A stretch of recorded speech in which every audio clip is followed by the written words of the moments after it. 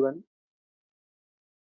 आज की क्लास में हम लोग एथिक्स से रिलेटेड कुछ टर्म्स के बारे में जानकारी हासिल करेंगे। ये जानने का प्रयास आज करना है कि किस तरीके से वे चीज़ें हमारे व्यवहार में होती हैं, आम बोलचाल में होती हैं, या रियल में हमारे प्रैक्टिकल में है, हमारे प्रयासों में है, या हम उसको सीख रहे हैं, सीखे हुए हैं, अपने व्यवहार में रखे हुए हैं। उन शब्दावलियों को परिभाषित कैसे करना है। जैसे आपसे ईमानदारी की परिभाषा पूछी जाए कि ईमानदारी को कैसे परिभाषित करेंगे, तो इस तरीके के टर्म्स हैं, 15-20 टर्म हैं, जिनके बारे में आपको एग्जैक्ट जानकारी होनी चाहिए, एक्चुअल में पता होना चाहिए कि उसको कैसे लिखना है, उसको किस तरीके से डिफाइन करना है। और उसके लिए आपके पास में एग्जाम्पल्स भी होना चाहिए। कुछ ऐसे केस स्टडीज भी आती हैं जिनमें आपको इन टर्म्स के साथ में अपने आप को एक्सप्रेस करना होगा। ठीक, तो सबसे पहले आज का जो टर्म है जिसकी हम लोग चर्चा करने चल रहे हैं, उसका नाम है ईमानदारी। ईमानदारी क्या है? अगर आपसे पूछा जाए कि इंटीग्रिटी क्या है, तो आप इसको किस तरीके से परिभाषित करेंगे? सबसे पहला एक काम करिए, एक पेन और एक कॉपी लेके बैठ जाइए, क्योंकि कुछ चीज़ों को आपको नोट करना पड़ेगा। अगर आप उसको लिखते चलेंगे तो ज़्यादा गहराई तक आप इन टर्म्स पे पहुंच पाएंगे। जैसे ईमानदारी को अगर परिभाषित करना है, तो इसका बिल्कुल सीधा और सरल तरीके का एक्सप्रेशन ये होगा। आप इसको इस तरह से परिभाषित कर सकते हैं कि विचार, वचन और कर्म, यानी कि हम जैसा सोचें, जो हम सोच रहे हैं, जो हम बोल रहे हैं और जो हम कर रहे हैं, तीनों चीजें, सोचना, बोलना और करना, यानी कि विचार, वचन और कर्म, इन तीनों में सत्यनिष्ठा हो, पारदर्शिता और नैतिक मूल्यों का पालन करना, ये ईमानदारी है। इसी को इंटीग्रिटी कहा जाता है। यानी कि विचार से, शब्दों से, बोल करके, विचार से, पहले जैसा हम विचार करेंगे वैसा बोलेंगे, वैसा करेंगे, और इन तीनों चीजों में सत्यनिष्ठा हो, इन तीनों चीजों में पारदर्शिता हो, और इस तीनों में नैतिक मूल्यों का पालन किया जाए, इसी को हम ईमानदारी कहते हैं। इसके आगे आप इसको इस तरीके से और इजी कर सकते हैं कि ये किसी व्यक्ति के चरित्र की वो स्थिति है, किसी भी व्यक्ति के चरित्र की ये वो स्थिति है जिसमें वो निजी लाभ से ऊपर उठ जाता है, निजी लाभ से ऊपर उठ करके सही का साथ देता है, जो चीज न्यायपूर्ण है उसके साथ खड़ा हो जाता है, यानी कि जो एथेंटिक है उसमें चला जाता है। इसी को ईमानदारी कहा जाता है। यानी कि आपको कुछ टर्म्स यहाँ पर देखने को मिले, जो बातें मैंने बोली उन टर्म्स को नोट करना है। यानी ईमानदारी के साथ में 3 टर्म्स क्या आपने जोड़ा कि विचार, वचन और कर्म, तीनों से सत्यनिष्ठा, पारदर्शिता और नैतिक मूल्यों का पालन, इसी को ईमानदारी कहा जाता है। और जब किसी व्यक्ति के अंदर ईमानदारी आती है, तो वो व्यक्ति क्या होता है कि अपने जो निजी लाभ हैं, अपने निजी हित हैं, उससे ऊपर उठ जाता है और फिर वो सही के साथ खड़ा हो जाता है। वो न्यायपूर्ण स्थिति में आ जाता है, उसका जो निर्णय होगा वो न्यायपूर्ण हो जाएगा। ठीक, अब इसको आप अपने लोक प्रशासन से जोड़िए कि लोक प्रशासन में जो ईमानदारी है वो बहुत बड़ी चीज होती है।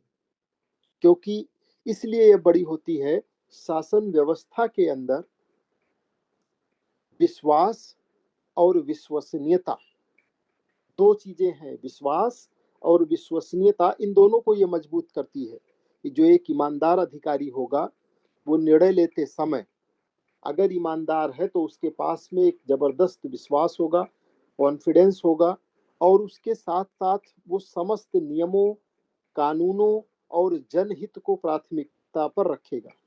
जहां कहीं भी आप टर्म यूज करेंगे नियम, वहां 3 चीजें यूज करेंगे, नियम, कानून और उसके साथ साथ जनहित को प्राथमिकता। ये सारी चीजें एक दूसरे से जुड़ी हुई हैं। तो इससे क्या होगा, अगर कोई व्यक्ति इस तरीके की स्थिति में आ जाए कि वो ईमानदार स्थिति में काम कर रहा है, यानी कि वो जब भी कोई डिसीजन ले रहा है तो उस डिसीजन के समय में क्या नियम है वो उसके दिमाग में है, कानून क्या है वो उसके दिमाग में है, जनहित को प्राथमिकता दे रहा है। तो ऐसी स्थिति में जो भ्रष्टाचार जैसी प्रॉब्लम है वो क्या होगी, शून्य हो जाएगी। भ्रष्टाचार कम हो जाएगा, भ्रष्टाचार अपनी जगह छोड़ देगा, और फिर लोगों के बीच में अधिकतम लोगों का अधिकतम कल्याण सुनिश्चित होना शुरू हो जाएगा, जो लोकतंत्र का आधार है। और जो संसाधन हैं उन संसाधनों का न्यायपूर्ण वितरण संभव हो पाएगा। ये किससे जुड़ा हुआ है, ईमानदारी से। तो आपको ईमानदारी को ला करके यहाँ जोड़ना है, और सिर्फ ईमानदारी को ही ऐसे नहीं जोड़ना है। अभी आप आगे देखेंगे, आपके लिए पारदर्शिता एक टर्म बन के आ जाएगा, निष्पक्षता एक टर्म बन के आ जाएगा, सत्यनिष्ठा एक टर्म बन के आ जाएगा। और सब क्या करेंगे, अधिकतम लोगों का अधिकतम कल्याण सुनिश्चित करने का प्रयास करते हैं। और इसलिए इन सब का लोक प्रशासन में महत्व बहुत अधिक है। ईमानदारी क्या क्या करती है, ईमानदारी प्रशासन में पारदर्शिता बढ़ा देती है, जवाबदेहिता को मजबूत करती है, निष्पक्षता को बढ़ावा देती है। और इससे जो है, जो आपके अधीनस्थ कर्मचारी होंगे, यानी कि पूरे ऑफिस का एटमॉस्फेयर बदल जाएगा। नीचे से लेके ऊपर तक, आपके ऊपर वाले आपके नीचे वाले सब आपके इस पॉजिटिव वेब से प्रभावित होना शुरू हो जाएंगे। यानी कि आप एक सकारात्मक ऊर्जा का केंद्र बिंदु बनेंगे, और वो सकारात्मकता एक उदाहरण के रूप में पूरे डिपार्टमेंट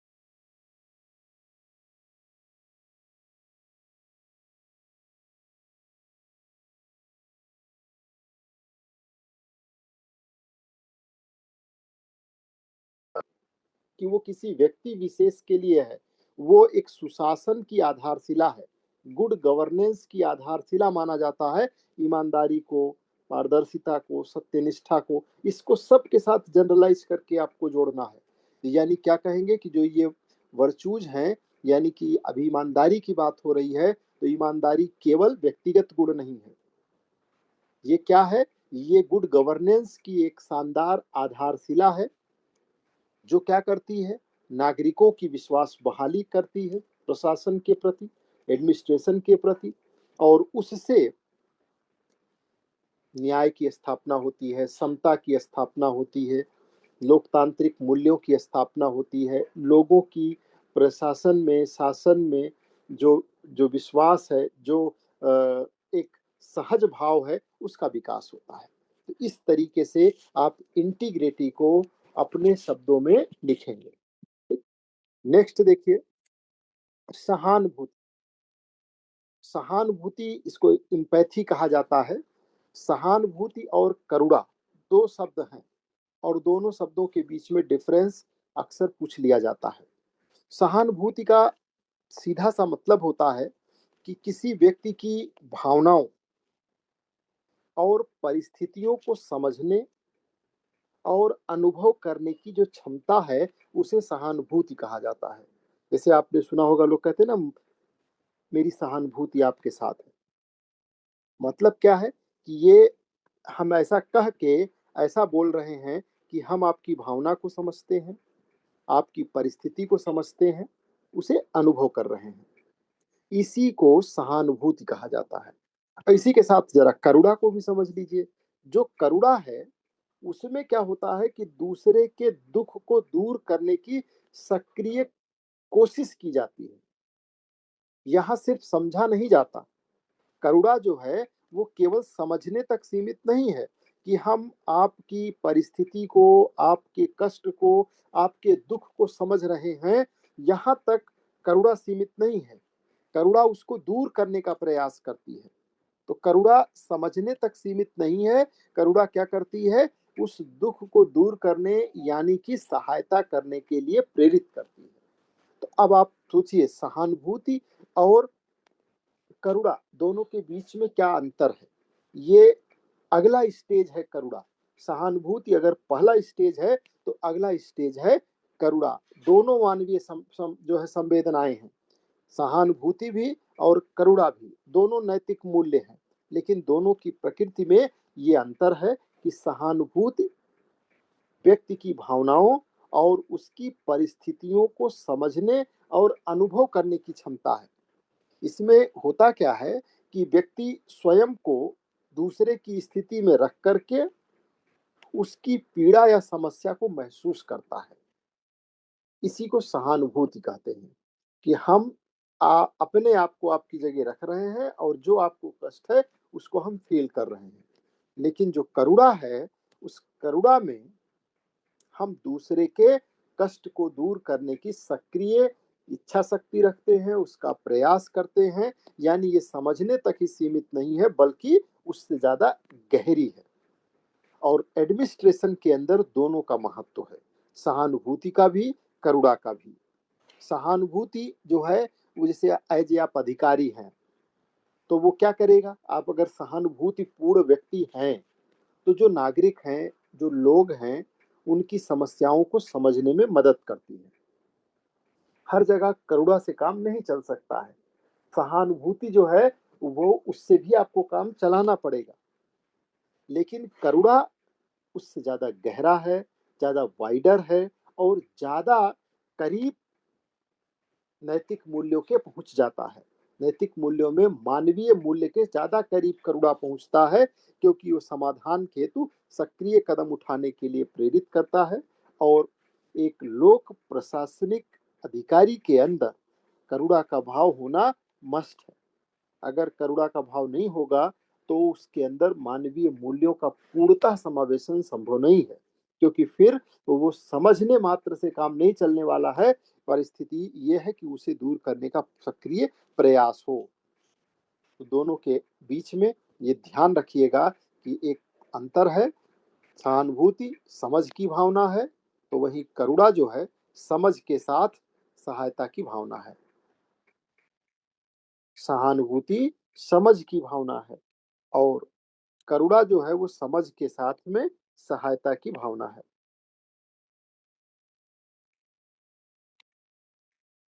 नेक्स्ट देखिए, हितों का टकराव।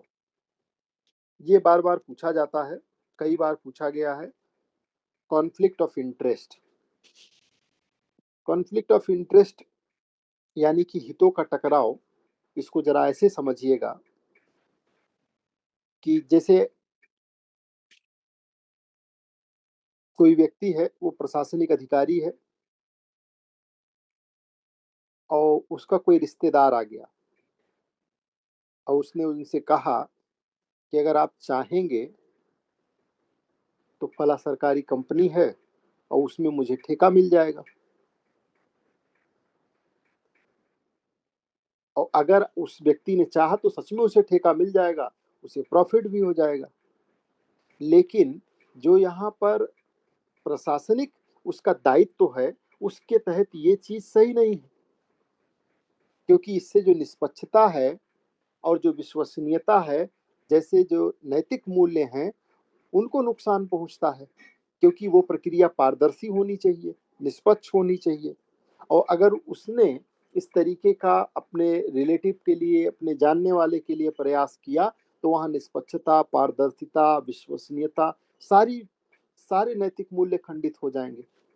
तो यानी कि इसको आप ऐसे कह सकते हैं कि हितों का टकराव वो स्थिति होती है जब किसी लोक सेवक के व्यक्तिगत हित और, टर्म समझिएगा, व्यक्तिगत हित और सार्वजनिक कर्तव्य आपस में टकराने लगते हैं। व्यक्तिगत हित क्या है कि वो अपने लोगों को बेनिफिट पहुंचाने का प्रयास करे, ये व्यक्तिगत हित हो गया।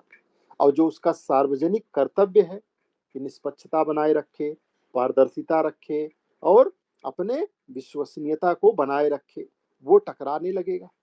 जिससे निष्पक्ष निर्णय लेने की जो क्षमता है वो क्या होती है, प्रभावित हो सकती है। इसी को कॉन्फ्लिक्ट ऑफ इंटरेस्ट कहा जाता है।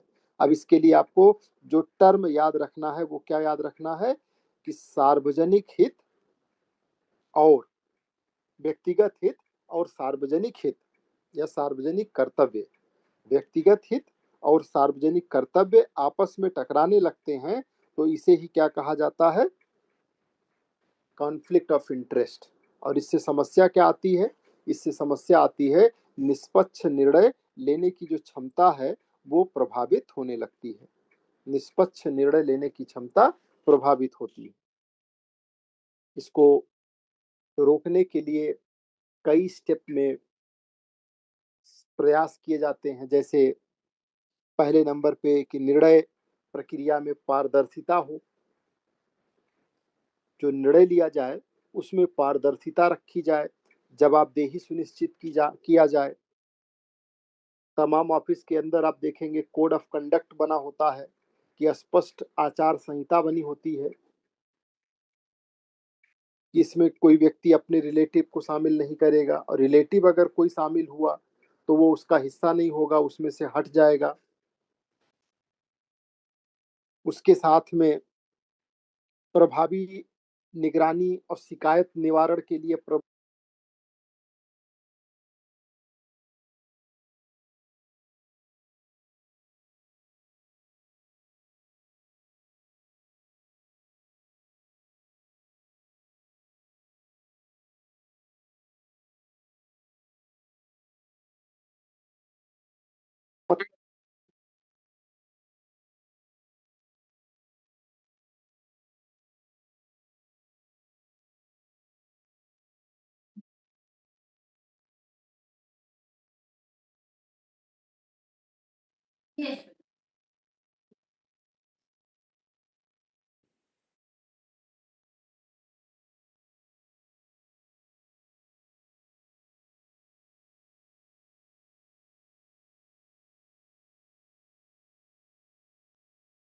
नेक्स्ट है निष्पक्षता। निष्पक्षता को कैसे परिभाषित करेंगे कि किसी भी व्यक्ति हो, कोई भी वर्ग हो, कोई भी जाति हो, कोई भी धर्म हो, किसी भी तरीके का कोई भी व्यक्तिगत संबंध हो, इन सब के प्रभाव से मुक्त होकर के, किससे किससे, कोई भी व्यक्ति हो, कोई भी वर्ग हो, कोई भी जाति हो, कोई भी धर्म हो, कोई भी संबंध हो, इन सब से के जो भी प्रभाव हैं उन सब से मुक्त होकर के समान और न्यायपूर्ण निर्णय लेना, इसी को निष्पक्षता कहा जाता है। बिल्कुल सीधा और सधा हुआ शब्दावलियां आपको यूज करना है। किसी भी व्यक्ति, वर्ग, जाति, धर्म या फिर व्यक्तिगत संबंध के प्रभाव से मुक्त होकर के समान और न्यायपूर्ण निर्णय लेना, यही निष्पक्षता है। और ये लोक सेवक के लिए एक महत्वपूर्ण नैतिक गुण है। लोक प्रशासन में निष्पक्षता का जो महत्व है वो बहुत अधिक होता है, क्योंकि अधिकारी को सभी नागरिकों के साथ समान व्यवहार करना, ये सबसे ज्यादा जरूरी होता है। अगर ऐसा ना हो तो पक्षपात होने लगेगा, जो जनता है उसका विश्वास कमजोर हो जाएगा, शासन व्यवस्था पे सवालिया निशान खड़े होने लगेंगे। निष्पक्षता से क्या क्या फायदे होते हैं, तो प्रशासन में न्याय, समानता, पारदर्शिता, इन सारी चीजों को बढ़ावा मिलता है। निष्पक्षता ही ये सुनिश्चित करती है कि जो सरकारी योजनाएं हैं, सरकार की जितनी स्कीम्स हैं, सरकार का जो संसाधनों का डिस्ट्रीब्यूशन है, ये सब बिना किसी भेदभाव के किया जाएगा। और अगर कोई व्यक्ति निष्पक्ष होकर के अपना दायित्व का निर्वहन करता है तो वो बिना किसी दबाव के सबके साथ न्यायपूर्ण व्यवहार करने में ज्यादा सक्षम और प्रभावी हो जाता है। और ये सुशासन की एक आधारशिला है, और इससे सुशासन जो है गहरा होता है। इसके बाद नेक्स्ट है अकाउंटेबिलिटी, जवाबदेहिता। जवाबदेहिता को कैसे परिभाषित करेंगे? किसी व्यक्ति या संस्था का, दो चीजें यहाँ पे आपको यूज करना है, कोई व्यक्ति हो या फिर कोई संस्था हो, किसी व्यक्ति या संस्था का जो उसने काम किया है, अपने कार्य, जो उसने निर्णय लिया है, अपने निर्णयों, जो उसके रिजल्ट्स हैं, अपने परिणामों के लिए उत्तरदायी होना, यही जवाबदेहिता है। तो सीधा सा टर्म रखना है कि किसी भी व्यक्ति या संस्था का अपने कार्यों के लिए, अपने निर्णयों के लिए, अपने परिणामों के लिए अकाउंटेबल होना, जवाबदेही होना, इसी को कहा जाता है जवाबदेहिता।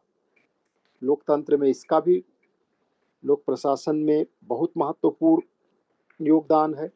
कंट्रीब्यूशन इसका बहुत हाई लेवल पर है, क्योंकि सरकारी अधिकारी और संस्थाएं जो हैं वो जनता के प्रति उत्तरदायी हों, ऐसा लोकतंत्र का आधार कहता है।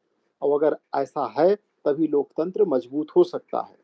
तो सुशासन में जवाबदेही बहुत महत्वपूर्ण है, क्योंकि ये प्रशासन को क्या बनाती है, पारदर्शी, और उसके साथ साथ जिम्मेदार बनाती है। जब अधिकारी जानते हैं कि उन्हें अपने कार्यों के लिए आंसर देना होगा, उत्तर देना होगा, तो वो ज्यादा सावधानी से, ज्यादा ईमानदारी से काम करते हैं। जवाबदेही को कम करने और संसाधन के, जितना संसाधन अलॉट हुआ है उन संसाधनों के अगर उचित उपयोग को सुनिश्चित करना है, तो जवाबदेही को सुनिश्चित करना बहुत जरूरी है। और देखिए, जवाबदेही को सुनिश्चित करने के लिए भारत सरकार ने क्या क्या किया है, कौन कौन से तंत्र विकसित किए हैं, ये आपकी उंगलियों पे हमेशा रहना चाहिए। सूचना का अधिकार अधिनियम लाया गया है, आरटीआई, लोकपाल और लोकायुक्त लाए गए हैं। उसके अलावा सोशल ऑडिट होता है। ये सब अकाउंटेबिलिटी के लिए बनाए गए सरकार की तरफ से सॉलिड तंत्र हैं।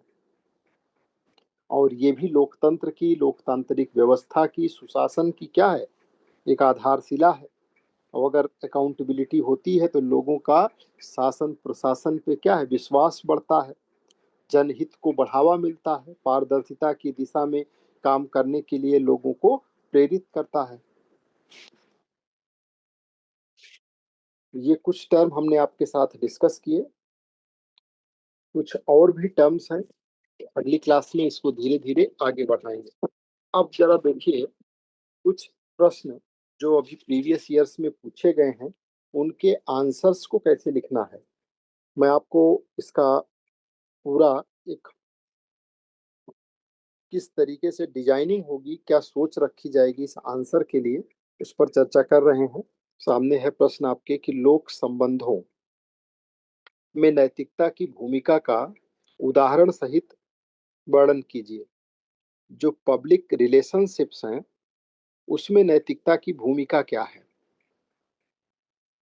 अगर पब्लिक संबंधों में कोई नैतिक है तो उससे क्या फायदा मिलेगा, और इसको एग्जाम्पल के साथ में आपको एक्सप्लेन करना है। ये प्रश्न अभी हाँ पिछली बार पूछा गया था।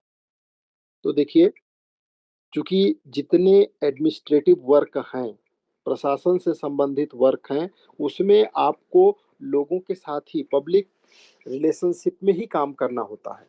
और अगर वहाँ पर नैतिकता के साथ में काम किया जाए, नैतिकता को आधार बनाया जाए और नैतिकता को एक महत्वपूर्ण भूमिका के रूप में स्थान दिया जाए, तो उसका बेनिफिट क्या होगा वो देखना है। तो देखिए कैसे इसका आंसर लिखेंगे और इसमें क्या क्या चीजों को आपको शामिल करना है। एक तो आपसे एग्जाम्पल भी मांगा गया है कि आपको एग्जाम्पल भी देना है, एक उदाहरण भी देना है, और उसके साथ साथ लोक संबंध में नैतिकता की भूमिका की चर्चा करनी है। एक इंट्रोडक्शन पहले आप लिखेंगे, कुछ इस तरीके से अपना इंट्रोडक्शन लिखा जा सकता है कि लोक संबंधों में जो नैतिकता है उसका अर्थ क्या है।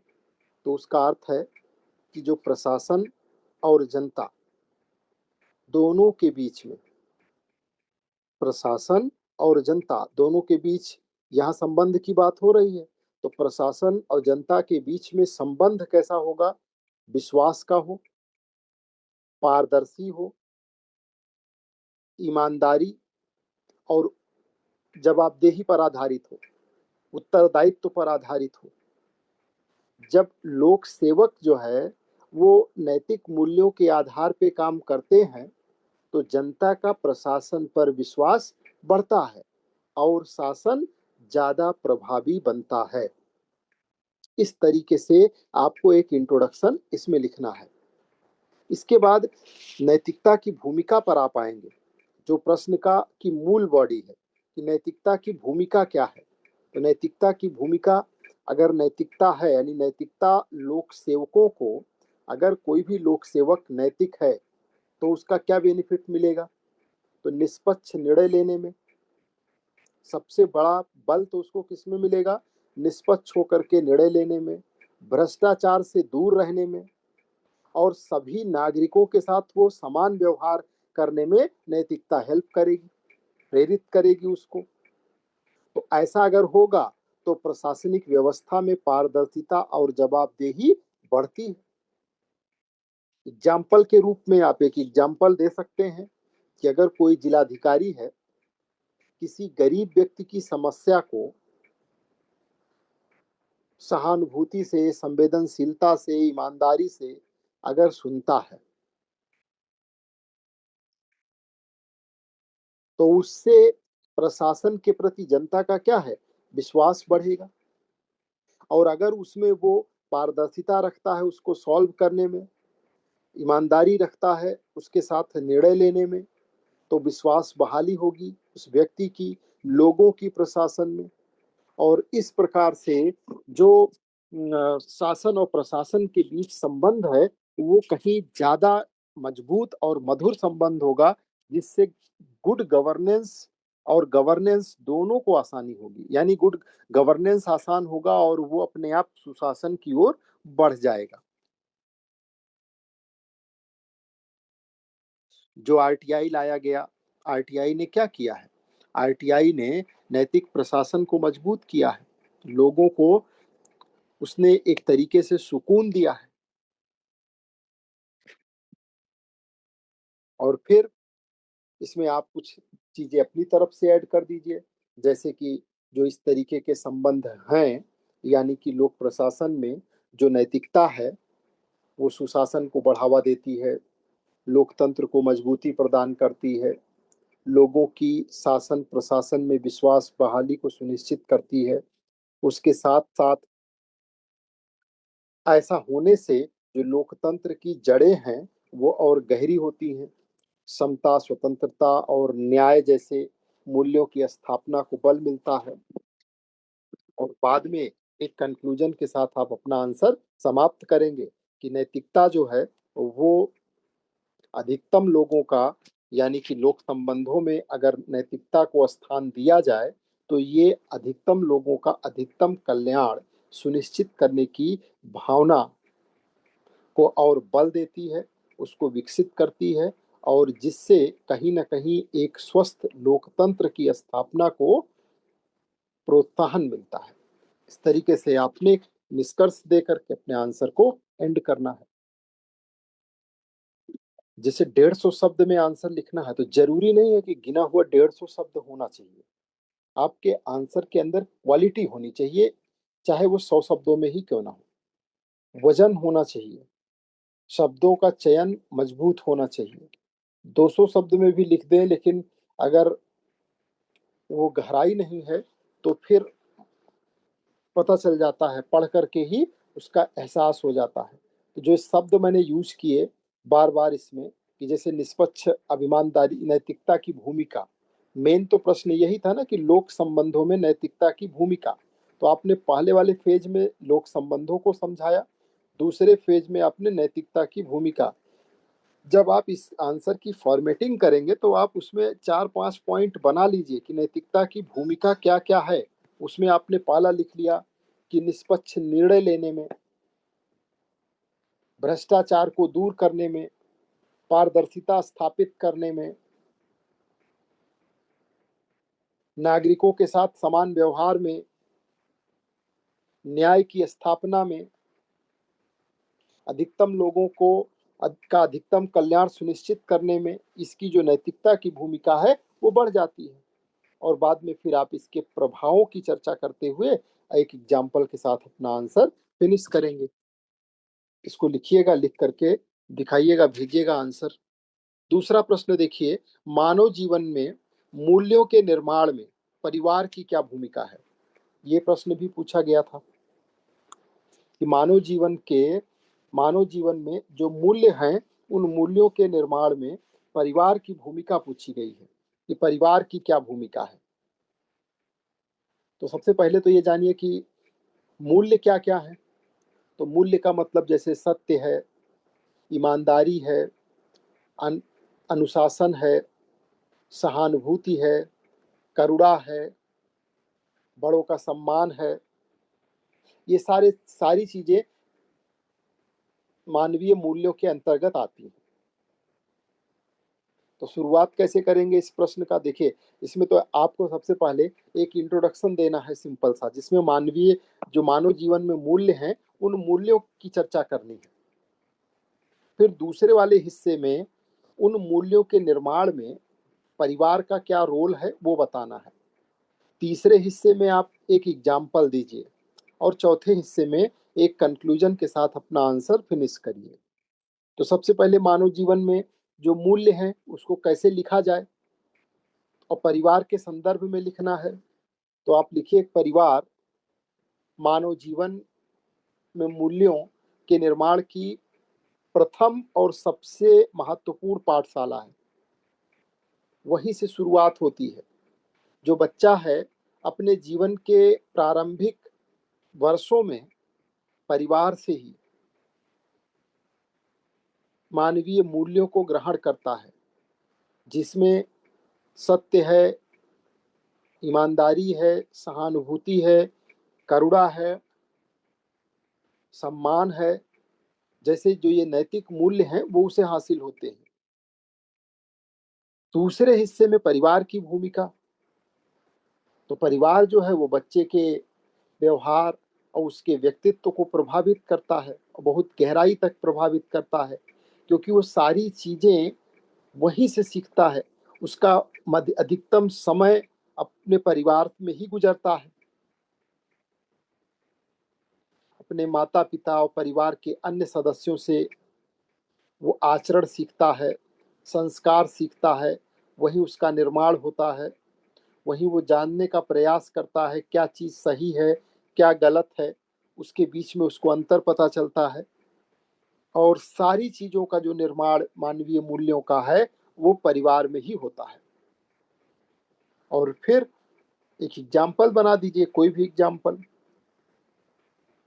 कि बच्चे अगर घर में जो बड़े बुजुर्ग होते हैं, दादा दादी, नाना नानी, उनसे अनगिनत चीजें सीखते हैं। मानवीय मूल्यों का संचरण उनसे ज्यादा होता है। आज के समाज में ये जो एकल परिवारों की का कॉन्सेप्ट चला, उसमें बुजुर्गों के लिए स्थान नहीं है। उनके लिए अलग से घर बन गए हैं। वृद्धाश्रम में जाकर के वो लोग वहां रहने लगे।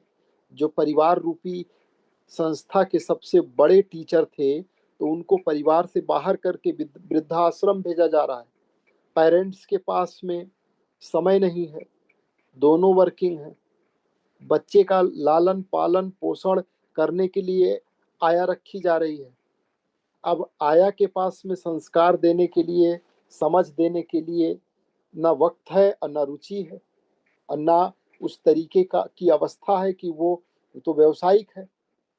तो इसलिए जो आधारशिला थी वो टूट रही है, और प्रश्न को पूछे जाने का मकसद भी यही था।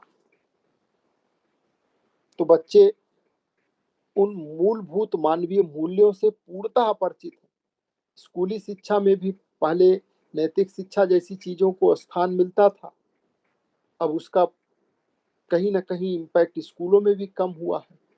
बच्चे को नंबर की रेस में लगा दिया जाता है, और सिर्फ वो हर क्लास में उसके मार्क्स देखे जाते हैं। मार्क्स के आधार पर ही उसको परिवार में, क्लास में सम्मान अपमान दिया जाता है। तो उसका भी फोकस सिर्फ उधर हो जाता है। इसलिए जो मानवीय मूल्य हैं वो कहीं ना कहीं पीछे छूट जाते हैं। वो बच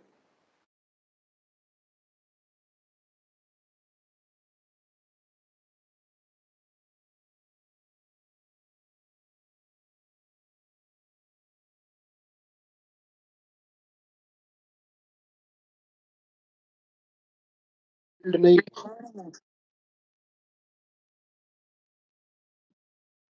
प्रकृति के द्वारा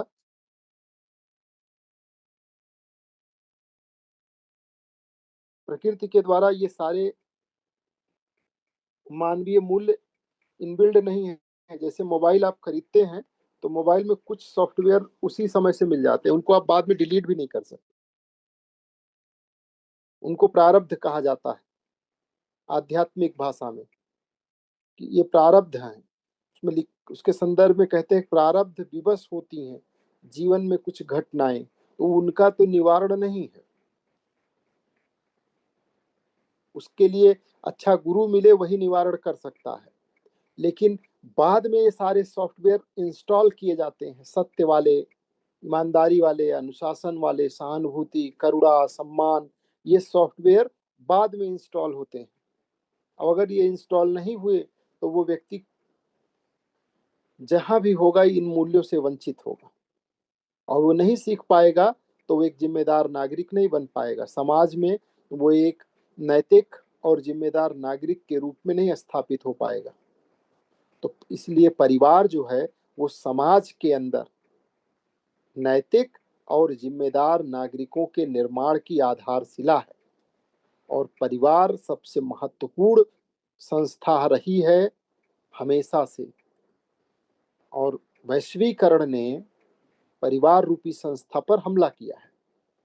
तो वेस्टर्न में आप देखिए, परिवार जैसी संस्थाएं पश्चिमी कल्चर में टूटती चली गई, उसका प्रभाव अब अन्य देशों की तरफ पहुंचा है। और परिवार को फिलॉसफी के दार्शनिकों ने सबसे महत्वपूर्ण इंस्टीट्यूशन माना है।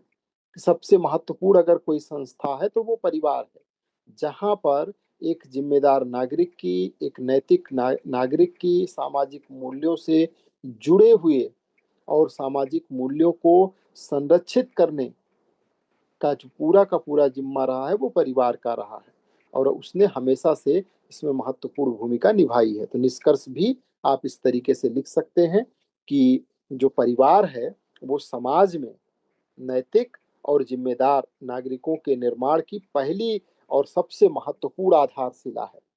और मानवीय मूल्यों के संरक्षण में भी जो उसकी भूमिका है वो बहुत महत्वपूर्ण है। इस आंसर को भी लिखिएगा। अगला आंसर देखिए, क्वेश्चन देखिए। इसमें कहा गया है नैतिकता और आचार संहिता में अंतर स्पष्ट कीजिए और प्रशासन में इनके व्यवहारिक प्रभाव को उदाहरण सहित बताइए। जो नैतिकता है और दूसरी तरफ code of conduct. Code of conduct को पहले समझ लीजिए। कोड ऑफ कंडक्ट का मतलब होता है कि पहले से लिखा हुआ है, कि आपको लिख करके दे दिया गया कि आपको ऐसा व्यवहार करना है। कोई भी संस्था हो सकती है, इंस्टीट्यूशन हो सकता है, कहीं भी आपको वहां पर लिखा हुआ मिलेगा। मंदिर के अंदर भी कोड ऑफ कंडक्ट होता है, यानी कि वो लिखित नियम होते हैं कि चप्पल आपको बाहर उतारनी है, मंदिर के अंदर आपको ऐसे रहना है। ऑफिस के का भी कोड ऑफ कंडक्ट होता है। हर जगह इंस्टीट्यूशंस के अंदर आपको कोड ऑफ कंडक्ट मिलेगा। तो उसमें क्या होगा कि आपको लिखित नियम होंगे, दिशा निर्देशों का समूह कोड ऑफ कंडक्ट कहलाता है, जिनका पालन किसी संस्था या संगठन में अनिवार्य रूप से करना होता है। लेकिन नैतिकता क्या है? नैतिकता तो वो सिद्धांत है, वो मूल्य हैं जो व्यक्ति को सही और गलत का क्या कराते हैं, बोध कराते हैं। नैतिकता क्या है? नैतिकता वो सिद्धांत या मूल्य हैं जो किसी व्यक्ति को सही या गलत का बोध कराते हैं और उसके आचरण को सही दिशा देते हैं। और ये प्रेरित कहाँ से होते हैं? जो नैतिकता है तो ये आंतरिक प्रेरणा पे आधारित होता है। इसको नैतिक चेतना कहा जाता है। आंतरिक प्रेरणा पर आधारित होते हैं, इन्हीं को नैतिक चेतना कहा जाता है। तो आंतरिक प्रेरणा और नैतिक चेतना दोनों पे आधारित होते हैं नैतिक मूल्य। तो दोनों के बीच में अंतर आप क्या बताएंगे? तो दोनों के बीच में अंतर यह है कि जो नैतिकता है वो आंतरिक मूल्यों पर आधारित होती है, जबकि कोड ऑफ कंडक्ट जो है वो बाहरी नियमों पर आधारित है।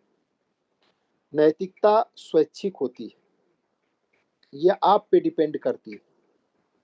लेकिन जो कोड ऑफ कंडक्ट है उसका उल्लंघन करने पे सजा मिल सकती है, दंडित किया जा सकता है।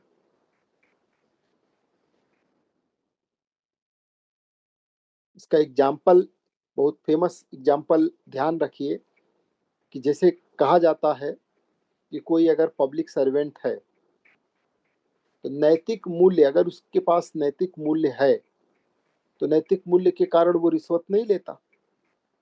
उसके पास नैतिक मूल्य है इसलिए वो रिश्वत नहीं लेता है। नहीं लेगा। जबकि आचार संहिता भी उसे भ्रष्टाचार से दूर रहने के लिए बाध्य करती है। दोनों में अंतर है। भ्रष्टाचार नहीं करेगा, नैतिकता के कारण अगर है तो ये उसका अपना आंतरिक मामला है, लेकिन कोड ऑफ कंडक्ट के कारण वो रिश्वत नहीं ले रहा है, ये बाहरी मामला है। वहां पे उसको बाध्य होना पड़ेगा कि नहीं लेना, और यहाँ आंतरिक जो उसकी सोच है, जो उसका दृष्टिकोण है, उसके कारण वो रिश्वत नहीं लेगा। तो इस तरीके से ये एक एग्जाम्पल यहाँ आप दे करके फिर इस पे कंक्लूजन लिख सकते हैं कि दोनों जो है, चाहे वो कोड ऑफ कंडक्ट हो चाहे नैतिकता हो, दोनों का उद्देश्य एक ही है, पारदर्शिता बढ़ाना, निष्पक्षता को बढ़ावा देना, अकाउंटेबिलिटी बढ़ाना, उत्तरदायित्व सेट करना, सुशासन को मजबूत करना। और इन दोनों से ये चीजें सुनिश्चित होती हैं। तो ये दो फिल्टर लगाए गए, एक एथिकल और दूसरा कोड ऑफ कंडक्ट। अगर कोई किसी का कोई फिल्टर कमजोर है तो एक फिल्टर काम ना करे तो दूसरा काम कर जाए।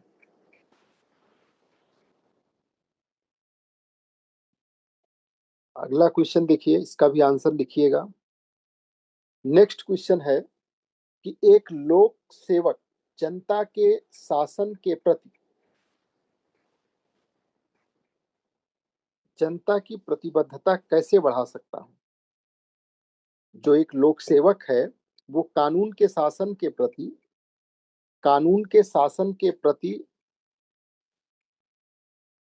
जनता की जो प्रतिबद्धता है उसको कैसे बढ़ा सकता है। क्वेश्चन बहुत इंपॉर्टेंट है, फिर रिपीट हो सकता है, इस तरह का भाव भी रिपीट हो सकता है। तो देखिए, सबसे पहले तो प्रश्न को समझिए कि एक लोक सेवक कानून के शासन के प्रति जनता की प्रतिबद्धता जनता की प्रतिबद्धता कब बढ़ेगी। सबसे पहला सीधा हिट करिए।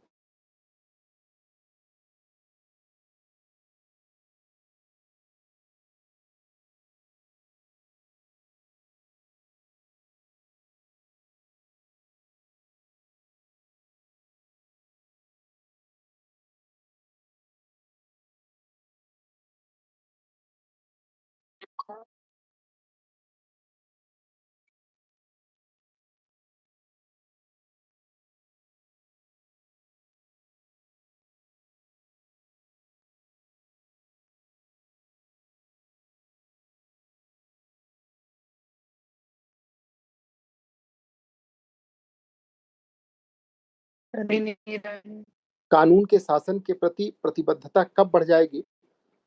तीन चीजों को ध्यान रखिए। निष्पक्षता, आप खुद फील करिए, हमारा आपका विश्वास कब बढ़ेगा किसी भी विभाग के प्रति, किसी भी एडमिनिस्ट्रेशन के प्रति।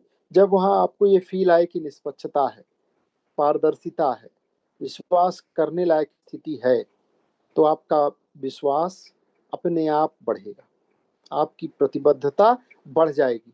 यानी कि ये प्रश्न ये कहना चाहता है कि यहाँ पर कानून के शासन की बात हो रही है।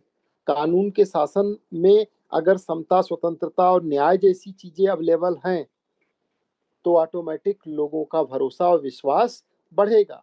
अगर उस स्वतंत्रता, समता और न्याय, इन तीनों चीजों को निष्पक्षता, पारदर्शिता और विश्वसनीयता के साथ स्थापित नहीं किया गया तो विश्वास टूटेगा।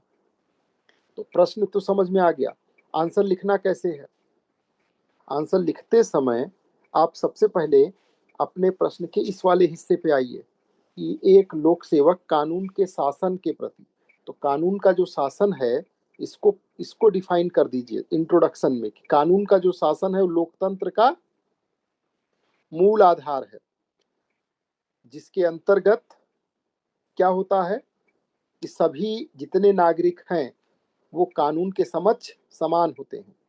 कानून का जो शासन है उसके सामने जितने नागरिक हैं सब समान होते हैं। और एक लोक सेवक के रूप में हम क्या कर सकते हैं, अपने आचरण से, अपने कार्यशैली के माध्यम से जनता में कानून के प्रति सम्मान और विश्वास पैदा कर सकते हैं। का पहला हिस्सा होगा। अब उसके बाद आ जाइए, जनता की प्रतिबद्धता कानून के शासन के प्रति बढ़ाने के लिए क्या करना होगा। तो जो आपने सीधे प्रश्न पढ़ते ही पॉइंट पकड़ा था कि क्या होगा, इसके लिए सबसे पहले जो लोक सेवक है उसको निष्पक्षता और पारदर्शिता के साथ कानून का पालन करना चाहिए। यदि अधिकारी बिना किसी भेदभाव के सभी पर समान रूप से कानून लागू करता है तो जनता में कानून के प्रति विश्वास बढ़ेगा। लोगों का कानून के प्रति, लोकतंत्र के प्रति, उसके सारे जितने लोकतंत्र के अलग अलग अंग हैं उन अंगों के प्रति विश्वास बहाली बढ़ जाएगी। लेकिन उससे पहले एक चीज और इसमें ध्यान रखना है कि लोगों को कानून के प्रति जागरूक होना भी जरूरी है और जागरूकता भी जरूरी है कि जागरूक करेगा कौन। इसीलिए देखिए विभागों में हर तरफ बोर्ड लगे होते हैं, किताबों में आगे पीछे सब जगह मैक्सिमम चीजों को छापा गया, आपका राइट क्या क्या है, मूल अधिकार क्या क्या है, आपके कर्तव्य क्या क्या है, सूचना का अधिकार अधिनियम छापा गया। तो विभागों के अंदर आप देखेंगे कि हर तरफ जागरूकता के लिए भी पूरा प्रयास किया जाता है, क्योंकि जब तक समाज जागरूक नहीं होगा तो वो अपने अधिकारों को जानेगा नहीं, अधिकार जानेगा नहीं तो फिर उसको हासिल करने के लिए या उसको वो चीज मिलेगी भी तो उसे समझ नहीं पाएगा। फिर उसके अंदर आएगा कि ये सामने वाला हमारे लिए दया दिखा रहा है। अधिकार नहीं पता होगा तो उसको दया की फील आएगी, फिर वो दूसरे दूसरे कॉन्सेप्ट में चला जाएगा। तो इसमें जरूरी यह है कि जन जागरूकता अभियान चले, जन सुनवाई हो, सरकार का लोगों से संवाद हो और संवाद इस रूप में हो कि लोग अपने अधिकारों को लेकर के सजग हों और उसको समझें, और उसके माध्यम से जो ये संवाद हो लोगों को उनके अधिकारों के प्रति पूरी तरीके से अवेयर किया जाए, उसकी जानकारी उन तक पहुंचे। और अगर ऐसा होता है और उसके बाद निष्पक्षता, पारदर्शिता और विश्वसनीयता के साथ काम किया जाए तो जो जनता है उसकी प्रतिबद्धता को बढ़ाया जा सकता है। एक एग्जाम्पल आप किसी भी तरीके का चूज कर सकते हैं। जैसे मान लीजिए एक कहावत है कि जो ट्रैफिक पुलिस वाले हैं, ट्रैफिक यातायात की व्यवस्था है, अगर उसका कड़ाई से पालन शुरू होता है तो उसी के साथ साथ एक बात और कही जाती है कि जितनी कड़ाई से उसका अनुपालन किया जाए उतनी उसी के साथ साथ सड़क सुरक्षा से जुड़े जो जरूरतें हैं, जैसे हेलमेट के लिए चालान कटता है तो एक तरफ हेलमेट के लिए चालान काटा जाए तो दूसरी तरफ हेलमेट के फायदे के लिए लोगों को जागरूक किया जाए।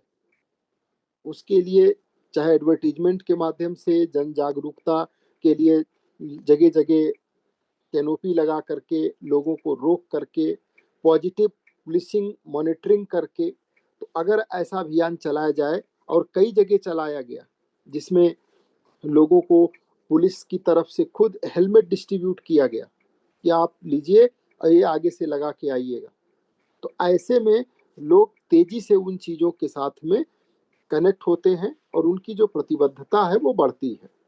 सिर्फ वन साइडेड एक्शन से काम नहीं बनता है, लोगों में असंतोष की भावना जन्म लेने लगती है।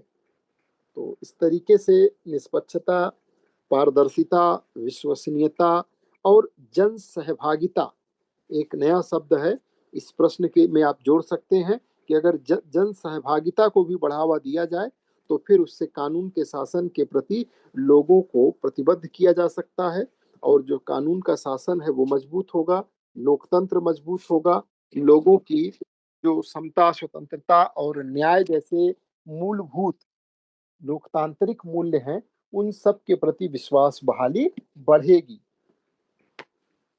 तो इस प्रश्न को भी आप 120 से 140-50 शब्दों में डिजाइन कर सकते हैं।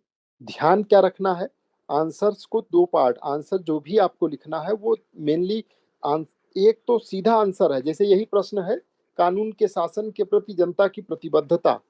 तो जनता की प्रतिबद्धता, अब इसमें जो आंसर की मेन बॉडी है वो सिर्फ 3 पॉइंट्स में है।